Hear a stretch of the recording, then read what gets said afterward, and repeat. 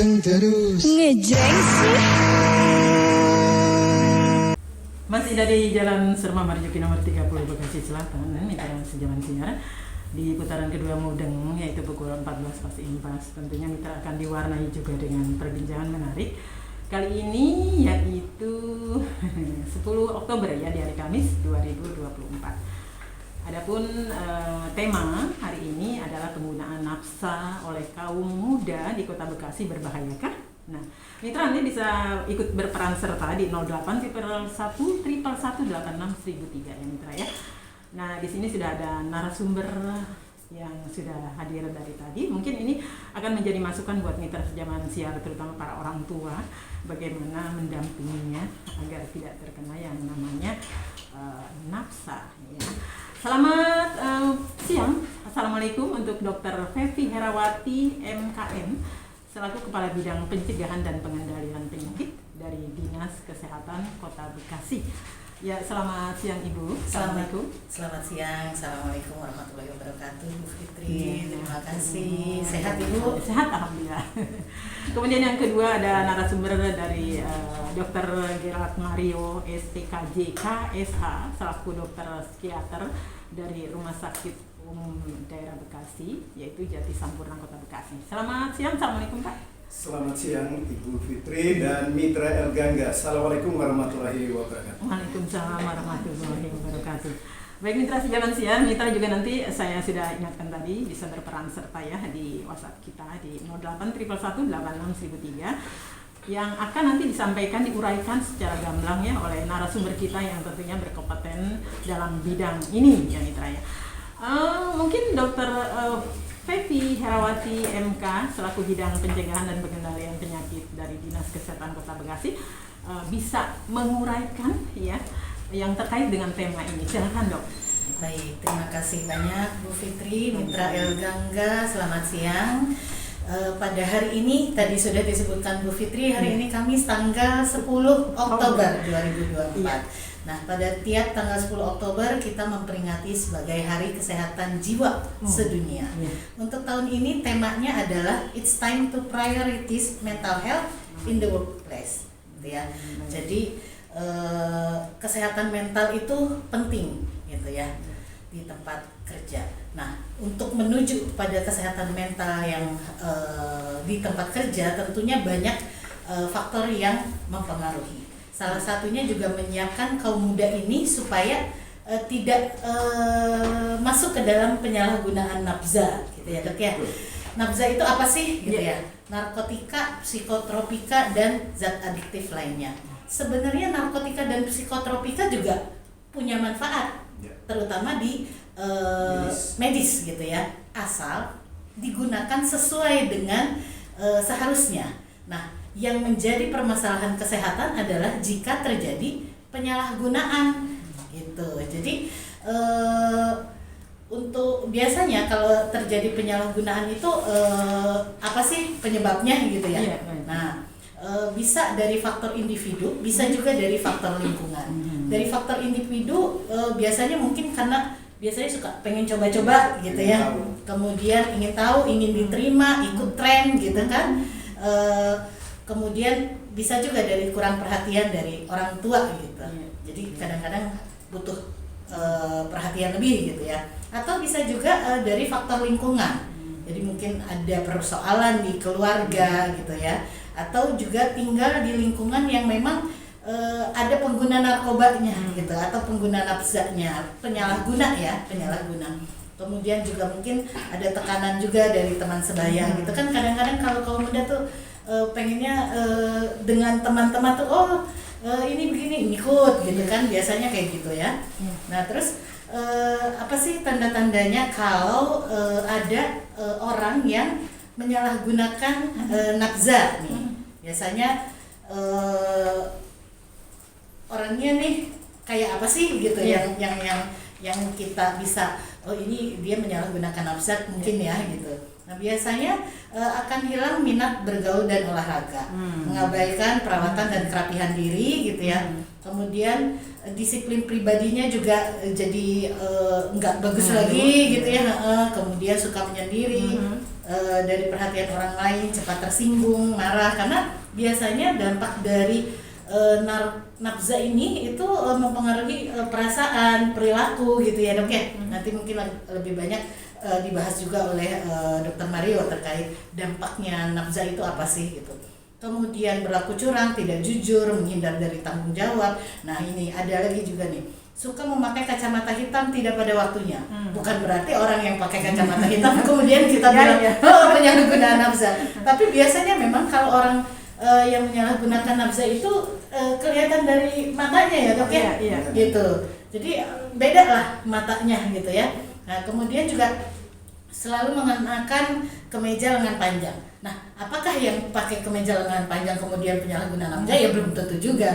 Tapi kenapa penyalahgunaan nafza itu suka pakai lengan panjang? Karena biasanya di lengannya itu banyak bekas-bekas jarum suntik. Melindungi Jadi, iya kan biasanya nggak pengen ketahuan gitu kan. Nah itu sering seperti itu.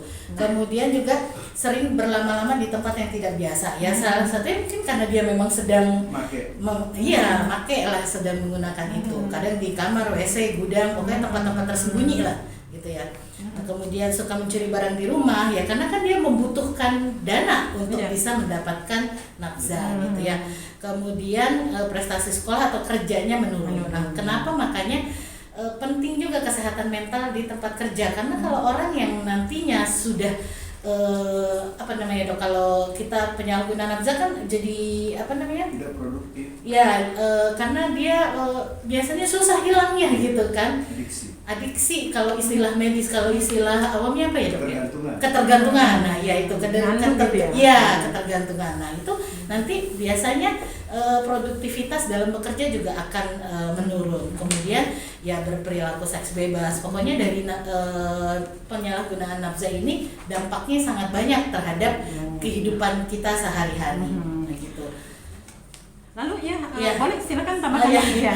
Kalau untuk upaya penanggulangan penyalahgunaan nafza itu memang ada beberapa hal ya. Dari mulai kita kalau untuk penanggulangan masalah kesehatan biasanya memang dari mulai promotif, preventif, rehabilitatif dan kuratif dan rehabilitatif, begitu ya. Jadi dari promotifnya seperti yang saat ini sedang kita lakukan, bahwa kita melakukan sosialisasi untuk pencegahan penyalahgunaan nafza, bisa lewat penyuluhan secara langsung melalui media elektronik seperti saat ini gitu ya, media sosial dan media KIE lainnya. Kemudian untuk upaya preventifnya bertujuan untuk mencegah seorang tidak menyalahgunakan nafza dan mencegah seorang yang sudah menyalahgunakan nafza ini agar tidak menjadi ketergantungan atau masuk ke dalam kelompok beresiko melalui screening penyalahgunaan nafza. Nah, kemudian upaya kuratif rehabilitatif bertujuan untuk penyediaan layanan rehabilitasi medis melalui institusi penerima wajib lapor yang ditetapkan oleh Menteri Kesehatan. Nah, untuk di Kota Bekasi sendiri ada nggak sih institusi penerima wajib lapor? Ini di Kota Bekasi saat ini ada dua. Kami memiliki institusi penerima wajib lapor, yaitu di Puskesmas Pondok Gede dan di RSUD Hasbullah Abdul Majid. Namun saat ini juga kita sedang mengembangkan layanan IPWL di fasilitas kesehatan lainnya. Saat ini sedang dalam penilaian dari Kementerian Kesehatan. Nah, bagaimana dengan fasilitas kesehatan lain yang belum ada layanan IPWL? Kita masih juga punya layanan untuk screening, dan jika memang ditemukan persoalan penyalahgunaan nafza, maka bisa kita lakukan rujukan. Alhamdulillah juga saat ini di Kota Bekasi rumah sakit umum daerahnya untuk rumah sakit pemerintah di RSUD Cam juga tersedia dokter jiwa. Kemudian di 3 RSUD pemerintah lainnya, di RSUD Jati Sampurna yang saat ini Dr. Mario sebagai narasumber beliau juga ada di situ memberikan layanan. Kemudian ada di RSUD Bantar Gebang dan ada satu lagi di RSUD Pondok Gede. Jadi untuk fasilitas layanan kesehatan jiwa di rumah sakit pemerintah di Kota Bekasi sudah lumayan memadai lah ya. Kemudian untuk puskesmas pun yang memang tidak ada layanan spesialis jiwa, tapi kita punya program kesehatan jiwa, dan di puskesmas kita bisa melakukan screening. Nah, untuk penyalahgunaan nafza, memang dari Kementerian Kesehatan juga kita punya program yang namanya screening ASIS, Alcohol, Smoking, and Substance Involvement Screening Test. Gitu. Jadi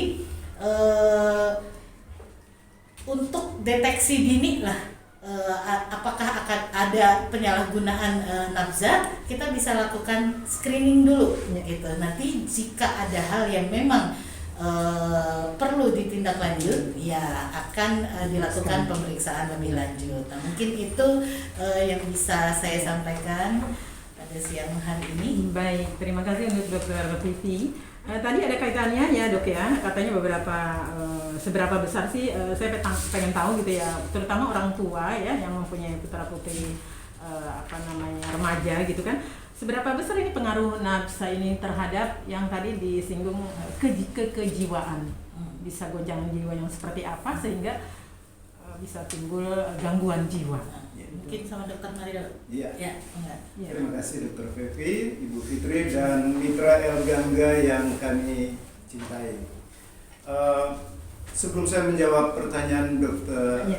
Ibu Fitri tadi, saya ingin menekankan tadi dalam penjelasan Dr. Fevi, nafsa itu ada kata yang terakhir disebutkan, zat adiktif lainnya. Jadi banyak orang tua dan masyarakat yang belum menyadari bahwa nafsa itu sangat luas. Ada saat ini berdasarkan data dari Organisasi Kesehatan Sedunia WHO, jumlah nafsa yang ada di dunia ada sekitar 1.100 jenis macam. Dan yang sudah beredar di Indonesia lebih dari 500 jenis. Yang kita kenal barangkali alkohol, tembakau, ganja dan lain. Tapi ada banyak sebenarnya beredar di sekeliling kita. Yang kita kenal misalnya ada yang menyebut tembakau gorila, ya, tembakau sunggokong, tembakau hanoman. Jadi tembakau yang disemprotkan bahan-bahan kimia. Kemudian ada lagi LSD yang bentuknya seperti perangko yang ditempelkan di lidah. Ya, itu yang sering kita temukan pada anak-anak. Di beberapa daerah ada penggunaan narkoba lokal, misalnya kecubung, ya, jamur tai sapi, itu juga karena dia zat adiktif lainnya, karena dia bisa menimbulkan zat adiktif. Nah, menjawab pertanyaan Bu Fitri tadi bahwa bagaimana dampak, kita tahu narkoba atau nafsa itu bekerjanya di otak. Jadi yang terdampak nomor satu adalah kualitas otak dari si pengguna. Jadi memang benar pengguna narkoba itu atau pengguna nafsa itu nomor satu akan terdampak produktivitas belajar kalau dia masih usia remaja. Kalau dia sudah usia bekerja, produktivitas kerja. Jadi kalau kita melihat dulu anaknya rata-rata nilainya 7, 8, tiba-tiba anjlok jadi merah, curiga, waspadai. Atau dulu dia bisa bekerja sampai 8 jam sehari, tiba-tiba kok jam 1 udah pengen pulang. Nah, hati-hati, ada sesuatu ya. Nah, jadi nomor satu terdampak adalah produktivitas dalam berpikir, bekerja, belajar, dan lain-lain. Yang kedua, karena otaknya sudah terganggu, kehidupan sosialisasinya akan terganggu. Cepat marah, cepat menarik diri, mengurung diri, dan tidak mau berinteraksi. Dan terdampak juga tentu dalam hal kehidupan keluarga, ibadah, dan lain-lain. Baik, terima kasih untuk Dr. Mario. Kemudian ini ada pertanyaannya dok ya, yang mungkin perlu dijawab. Ini dari siapa? Ketua Ganteng. Menamakan Ketua Ganteng. Baik. Haturun, selamat siang Ketua Ganteng. Mau bertanya katanya kepada dokter ya. Soal nafsa ini adalah perilaku di mana seseorang menggunakan obat-obatan golongan narkotika psikotoprika dan zat Aditif. yang tidak sesuai fungsinya. Nah, pertanyaan saya, berarti nafsa ini diperbolehkan untuk medis dalam pengobatan? Kalau boleh, sejauh mana ukurannya? Karena apapun bentuk dan kegunaannya, ini tidak diperbolehkan karena dapat memicu kecanduan kepada seseorang. Itu aja, Dok. Ya. Iya. Baik, hatur nuhun ya Ketua Ganteng, nanti dijawab oleh narasumber kita. Ya. Ya, silakan. Dok. Saya jawab ya, Dr. Ya, Vivi. boleh. Jadi sebenarnya narkotika dan psikotropika itu sudah ditetapkan dalam Peraturan Menteri Kesehatan nomor 30 dan nomor 31 tentang 30 itu tentang narkotika dan 31 tahun 2023 itu tentang psikotropik. Nah, di klasifikasi narkotika itu ada 3 klasifikasi, 1, 2, dan 3. Nah, golongan 1 nggak boleh dipakai karena sangat berbahaya, sangat adiktif. Golongan 2 juga hanya untuk penelitian. Golongan 3 boleh dipakai dalam pengobatan medik, tapi sesuai indikasi. Kita kasih contoh, misalnya di kamar operasi, Bu, kalau orang mau dioperasi, dia harus dibius. Nah, obat bius itu adalah obat-obat golongan narkotika. Tapi kalau dipakai untuk berhai-hai, dugem, nah itu kan tidak. Padahal itu hanya ya. Begitu juga dengan psikotropik. Di Permenkes nomor 31 tahun 2023 itu ada golongan 1, 2, 3, dan 4. Yang diresepkan yang boleh dipakai dalam pengobatan itu adalah golongan 4. Tapi harus sesuai dengan indikasinya. Kalau orangnya punya gangguan tidur, ada kecemasan, ada ketakutan yang berlebihan, bisa diberikan obat-obat golongan psikotropik. Tetapi kalau dia cuma pakai buat dugem atau cuma buat main-main gitar di pos kami, nah itu tidak pada tempatnya. Jadi memang ada indikasinya. Ya, baik Dokter Maria. Saya mau tanyakan juga ini mengenai sasaran, tadi kan ada jenis-jenis narkoba atau narkotika yang bentuknya seperti perangko tadi yang bisa di lidah. Ini sebentar sasarannya kan umur kalau nggak salah ini 11 hingga 24 tahun ya. Ini bagaimana ini bisa terjadi gitu kan? Apakah ini dalam pengawasan suku dinas kesehatan sendiri, ini bagaimana cara pengawasannya? Apakah kita menunggu laporan dari para orang tua yang terkena kebetulan anaknya, atau memang kita kayak jemput bola gitu? Bagaimana ini, Dok? Seharusnya untuk mengantisipasi hal ini. Tadi sudah dijelaskan oleh Dr. Fevi bahwa pemerintah melalui program institusi penerima wajib lapor IPWL memberikan konseling maupun pemeriksaan. Jadi apabila kita menemukan anak-anak kita, ponakan kita punya perubahan dalam tanda kutip, perilaku, nilai akademik, produktivitas kerja, relationship dalam keluarga, tentu kita harus waspada. Sebaiknya dibawa, diperiksakan ke fasilitas kesehatan yang terdekat, terutama yang tergabung dalam IPWL tadi seperti Dr. Fevi sampaikan di Rumah Sakit Hasbullah Abdul Majid maupun Puskesmas Pondok Gede.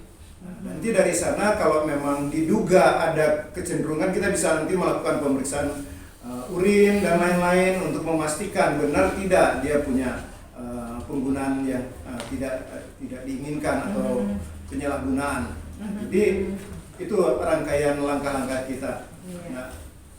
Ya, baik untuk generasi zaman siang. Silakan menambahkan sedikit menambahkan sedikit mungkin kalau tadi Bu Fitri sampaikan bagaimana nih sebagai orang tua kita kalau mau tahu nih anak kita apakah harus jemput bola atau lapor kemana, datang gitu.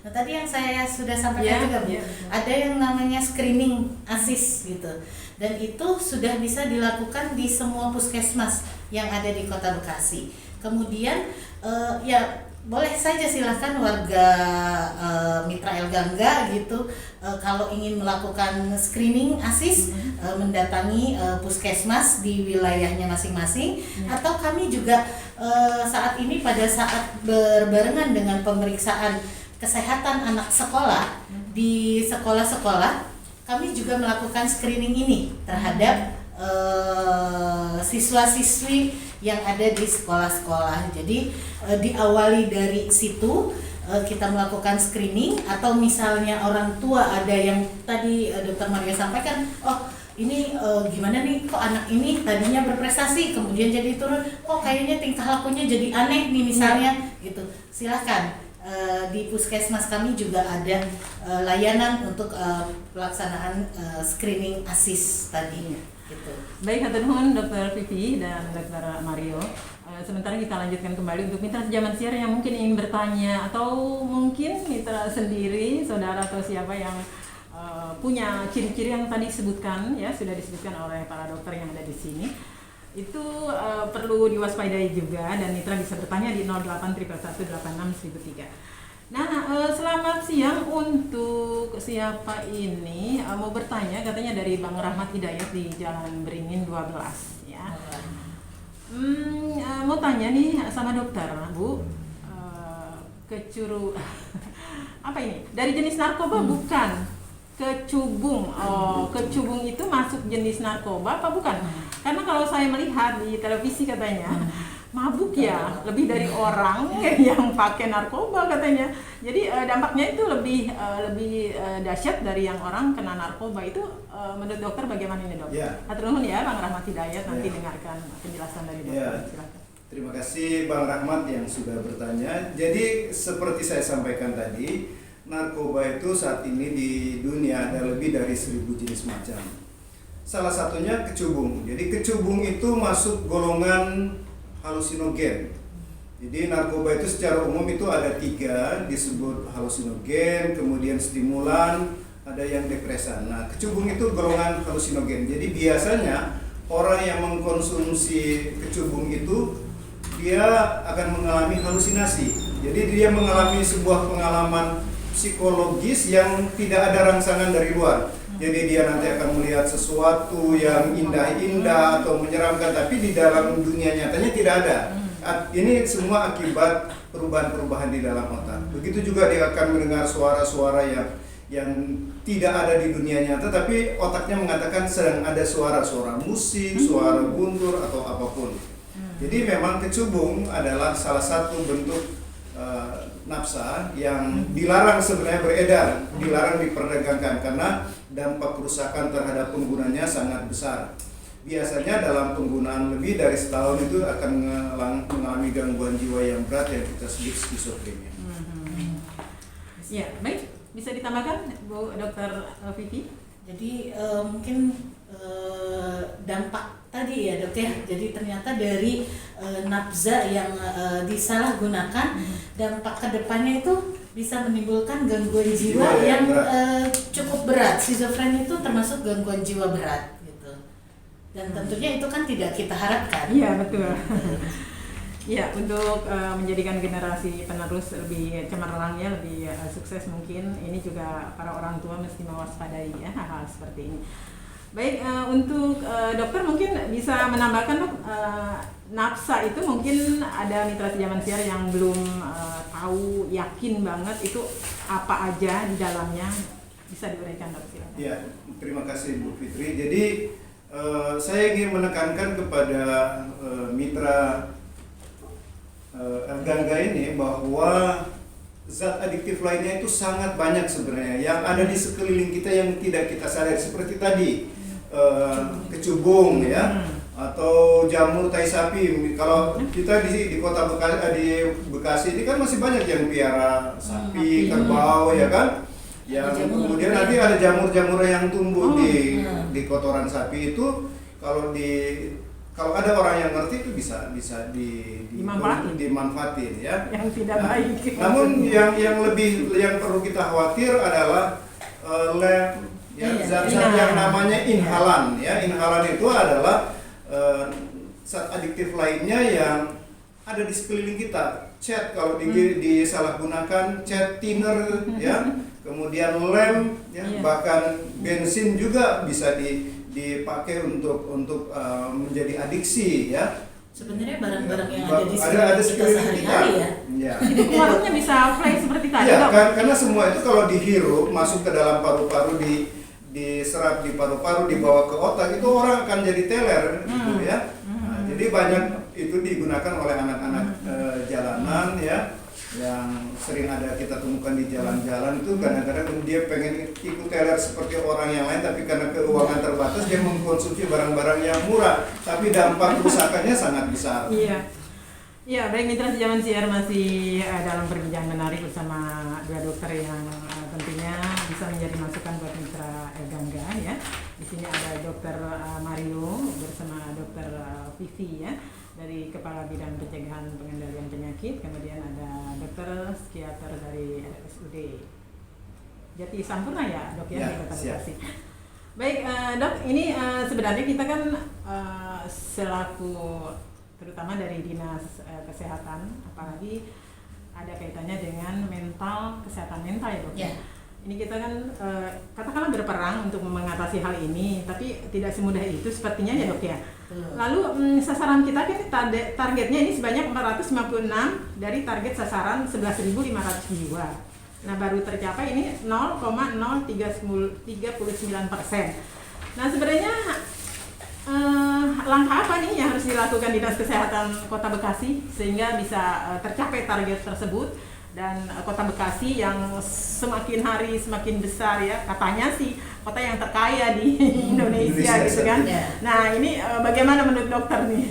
Ya, jadi Bu Fitri dan Mitra El Gangga mungkin terkait dengan kesehatan jiwa atau kesehatan mental itu memang orang masih belum terlalu gimana ya, beda ya. Dan kadang untuk membicarakan itu juga mungkin Agak tabu ya. agak tabu gitu, Iya, dan betul. masih menjadi stigma Iya. gitu ya. Untuk secara umum pun kesehatan jiwa secara umum gitu ya dok ya, Iya. apalagi kalau berkaitan dengan penyalahgunaan nafza, karena kan itu berkaitan juga Iya. dengan hukum dan lain sebagainya. Nama baik keluarga. Nama baik gitu ya. Jadi memang jangan jauh-jauh deh. Kalau untuk kita melakukan screening kesehatan jiwa saja, itu kan belum tentu semua orang bisa menerima dengan baik. Iya. Terutama mungkin kalau di sekolah-sekolah ya, orang tuanya gitu kan. Emang kenapa anak saya emangnya kenapa Iya, gitu malah kan? jadi marah. Oh gitu loh. Padahal kan kita berbuat baik ya. iya gitu, tapi belum tentu semua orang bisa menerima itu iya, gitu. itu Jadi sulitnya, dianggapnya Dok, ya. emang anak saya gila, emang anak saya gangguan jiwa gitu, emang anak saya penyalahguna nafza gitu. Ya kan kita kalau nggak diperiksa Iya. nggak tahu juga Iya. gitu kan. Nah itu yang kadang-kadang memang menjadi persoalan juga untuk kami, dan mungkin memang melalui edukasi yang seperti ini bahwa kesehatan jiwa pun sama aja dengan kesehatan fisik lainnya.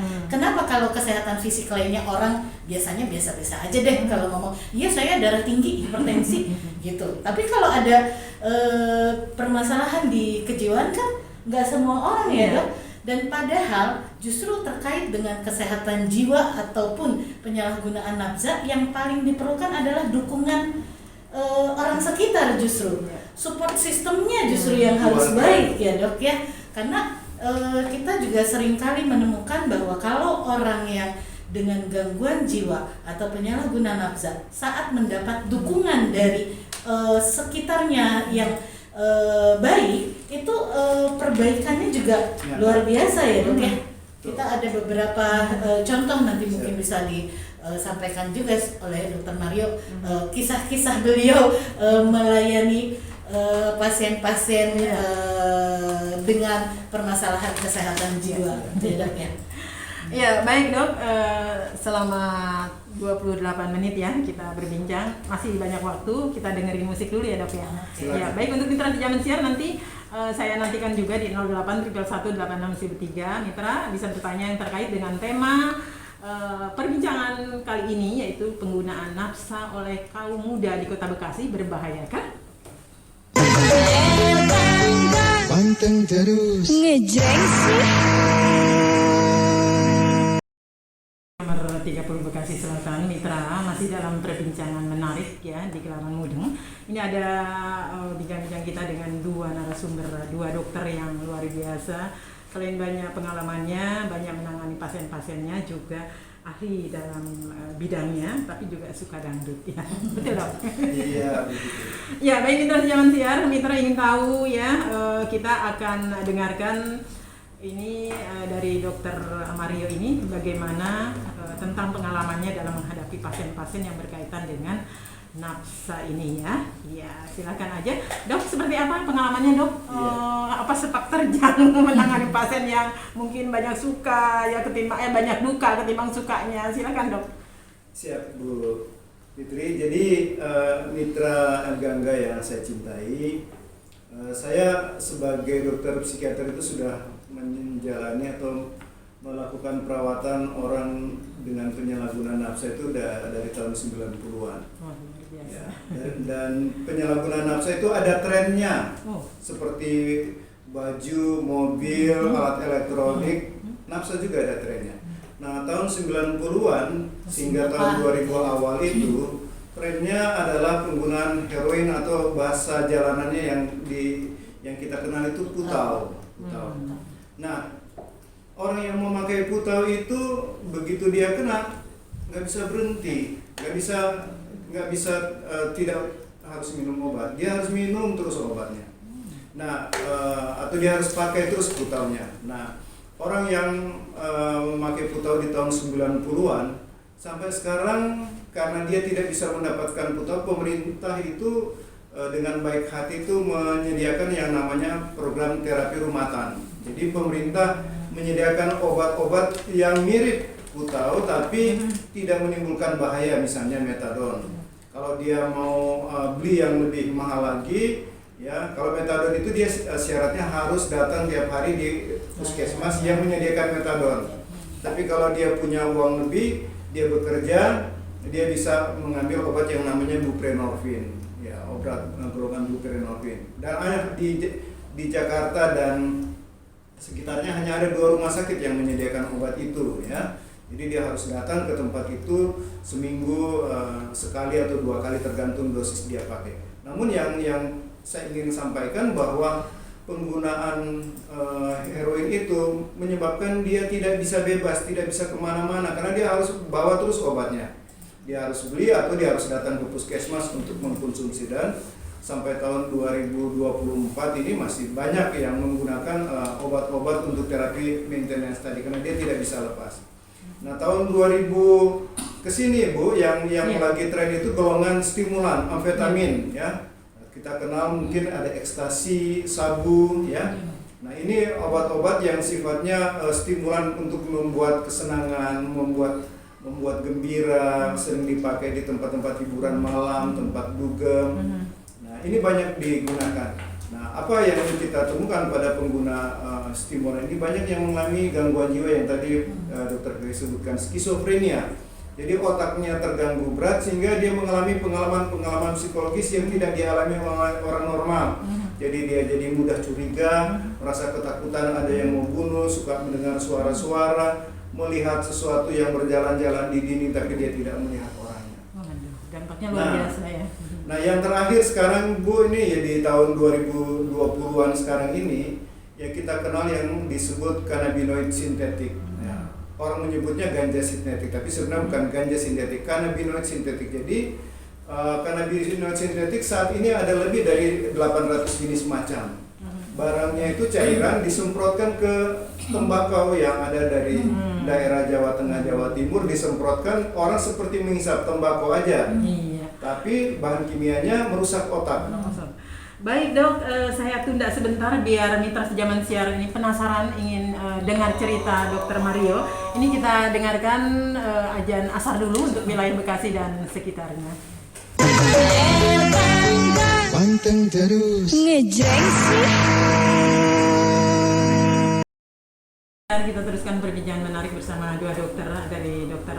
Fethi Herawati MKM selaku Kepala Bidang Pencegahan dan Pengendalian Penyakit dari Dinas Kesehatan Kota Bekasi. Kemudian ada Dr. Mario ya, dokter ahli atau psikiater dari Rumah Sakit Umum Jati Sampurna Kota Bekasi.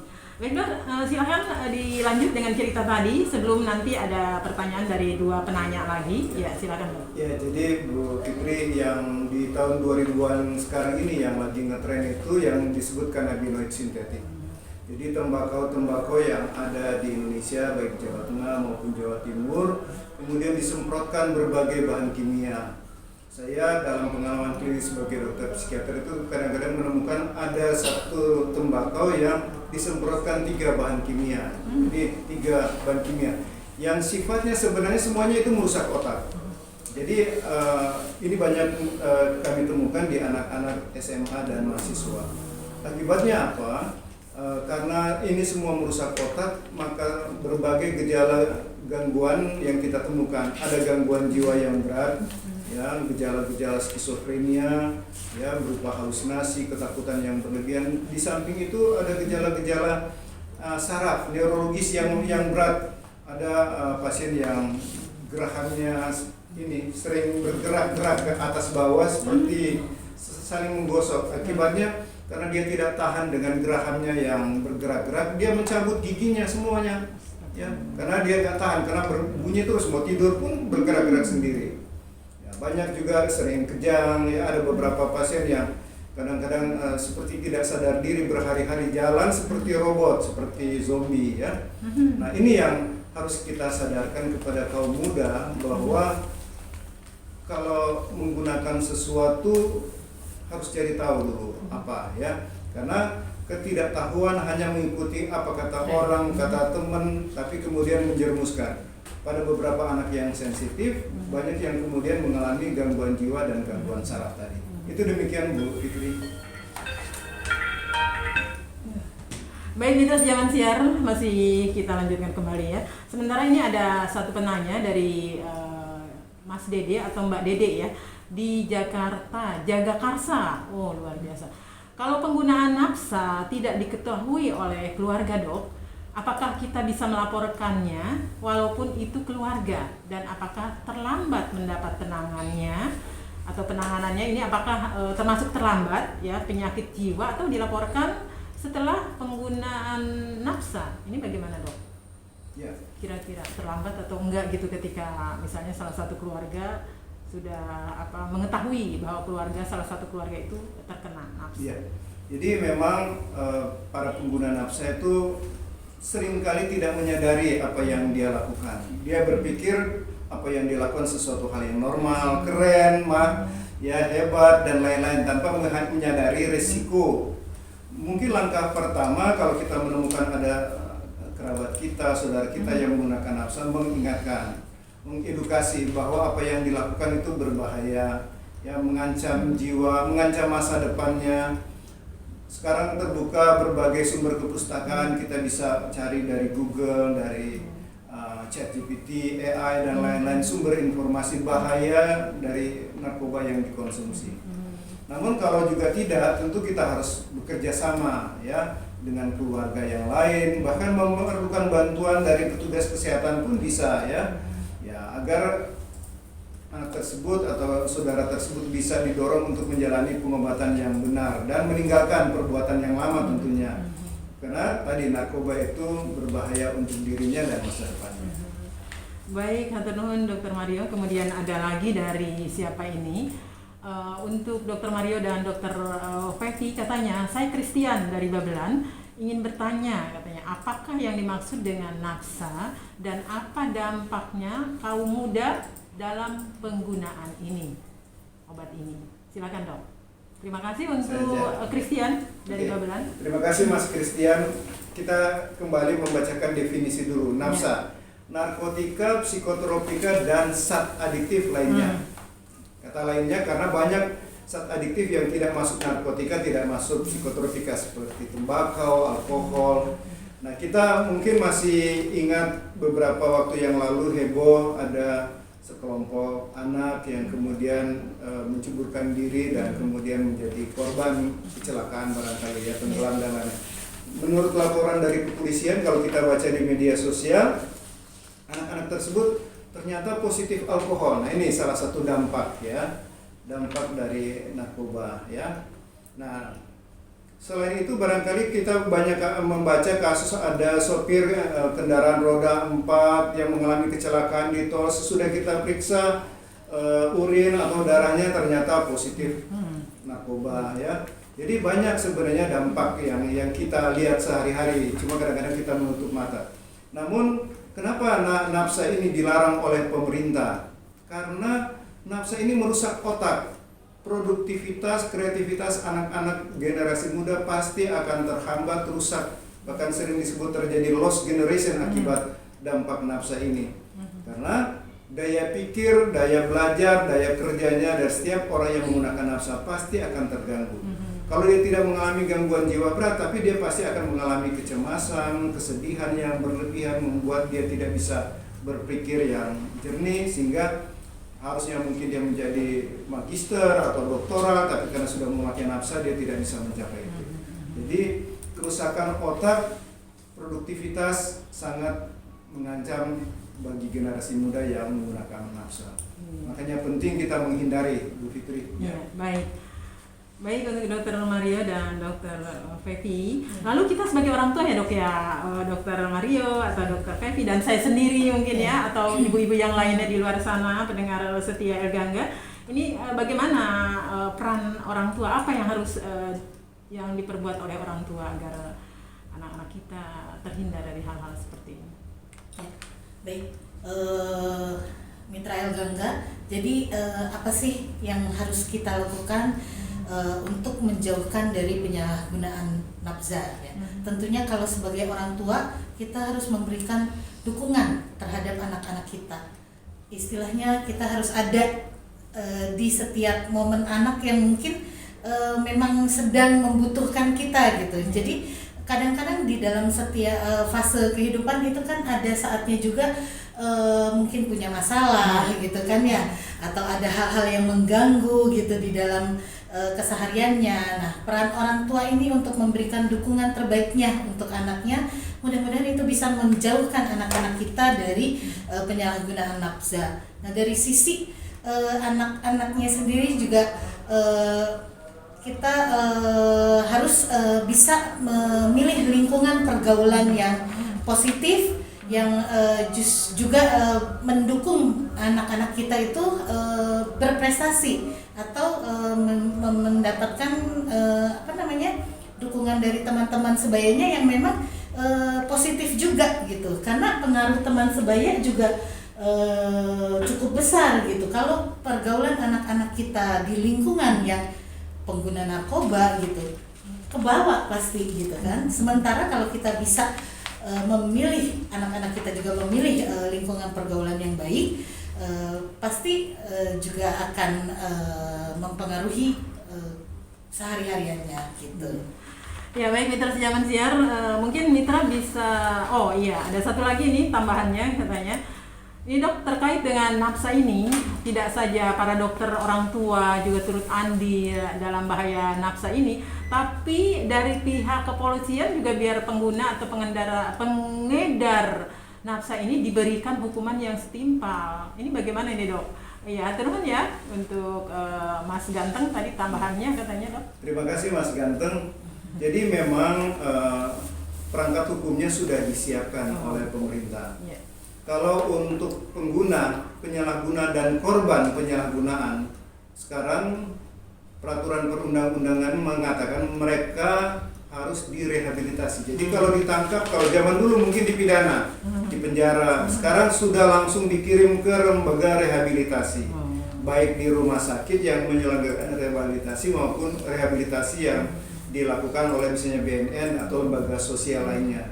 Namun bagi pengedar, nah ini pasti dipidana karena di Undang-Undang Nomor 35 Tahun 2009 tentang narkotika sudah ada ancaman pidana, bahkan dari yang ringan sampai yang berat, hukuman mati pun sudah diberlakukan. Jadi sudah ada. Tinggal bagaimana pihak kepolisian membuktikan bahwa orang yang ditangkap ini apakah pengguna, penyalahguna, ataukah pengedar atau produsen barangkali dari narkoba, sehingga itu tinggal bukti perkara yang nanti akan ditentukan oleh para penegak hukum. Baik dok. Baik Mitra Sejaman Siar, atur banyak buat Mitra yang sudah bertanya tadi kepada dua dokter yang tentunya saya rasa sebagai masukan yang sangat berarti banget kita sebagai orang tua. Jadi saya terharu ya, begitu besar gitu ya pemerintah, walaupun anak-anak saya sudah rumah tangga semua. Baik dok, baik itu Dokter Mario ataupun Dokter Fevi, silakan sebelum meninggalkan ruang siar, adakah yang akan disampaikan poin-poin penting yang harus diketahui masyarakat terkait nafsa ini dok? Silakan. Ya, mungkin saya dulu ya. Silakan. Untuk kaum muda di Kota Bekasi harus berani mengatakan tidak pada narkoba, meski hanya untuk alasan coba-coba. Ya. Gitu. Kalau kami sebagai dokter ingin mengingatkan generasi muda, jangan merusak diri kamu dan masa depan kamu. Itu yang pertama. Narkoba itu merusak. Jadi jangan mencoba sama sekali. Sekali Anda mencoba, kecil besar kerusakan di dalam diri kamu itu sudah terjadi. Yang kedua, mencegah lebih baik daripada mengobati. Ya, jangan sekali-kali kita melakukan mengikuti kata teman. Pilihlah lingkungan yang baik, pilihlah pergaulan yang baik agar kita tidak terpapar. Karena salah satu penyebab tadi adalah lingkungan yang buruk. Kalau kita bergaul dengan beberapa teman yang menggunakan narkoba, mungkin 1000 kali kita bisa menolak, tapi 1001 kali begitu kita lemah, iman lemah, kondisi fisik kita ada masalah dengan pacar, kita bisa jatuh. Jadi sebaiknya kita menghindari bergaul dengan lingkungan yang buruk. Itu barangkali. Baik. Hatur nuhun untuk Dr. Mario dan Dr. Fevi yang sudah datang ke El Gangga untuk memberikan paling tidak ini masukan buat masyarakat Kota Bekasi dan sekitarnya mengenai apa jenis yang berbahaya ini ya Dok ya, yang tadi bilang namanya apa tuh saya lupa. Yang sekarang Namanya ini Kanabinoid sintetik, oh, tembakau gorila. Ya. Pokoknya namanya sejenis narkoba gitu ya Dok ya. Iya, baik. namanya susah-susah memang. Iya. Nafsa. Tapi namanya kayak nama orang ya, ini banget ya. Narkotika, psikotropika dan Iya, baik. Baik mitra Jalan Siar, tentu saja hatur nuhun ya Dok ya sudah hadir di sini, Terima kasih, sudah memberikan masukan, memberikan ilmu ya buat kita semua. Siap. Mudah-mudahan generasi penerus generasi yang bisa membanggakan keluarga. Hatur nuhun. Wassalamualaikum warahmatullahi wabarakatuh. Waalaikumsalam warahmatullahi wabarakatuh.